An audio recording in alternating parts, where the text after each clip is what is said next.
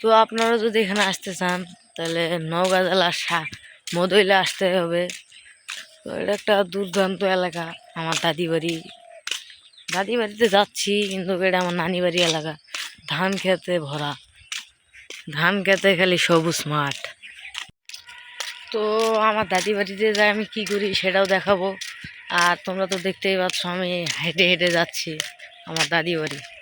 তো আমার দাদি বাড়িতে যাওয়ার পর আমি আর কি কি করি সেটাও আপনাদেরকে দেখানোর চেষ্টা করব। তো গাইস, আমাদের এলাকার সবাই সকালবেলা করে হাঁটতে আসে, আর আমি যাচ্ছি আমার দাদি বাড়ি। আপনাদেরকে আরেকটা জিনিস দেখানো বাকি আছে, সেটা হলো আমাদের এখানে আম কত বড় বড় হয়েছে। এখানের আম দেখলে আপনারা বলবেন যে ভাই আপনি কোন জেলায় আছেন। এখানকার আম দেখতে চাইলে আর কিছু করা লাগবে না, আমি আর একটু পরে দেখাচ্ছি।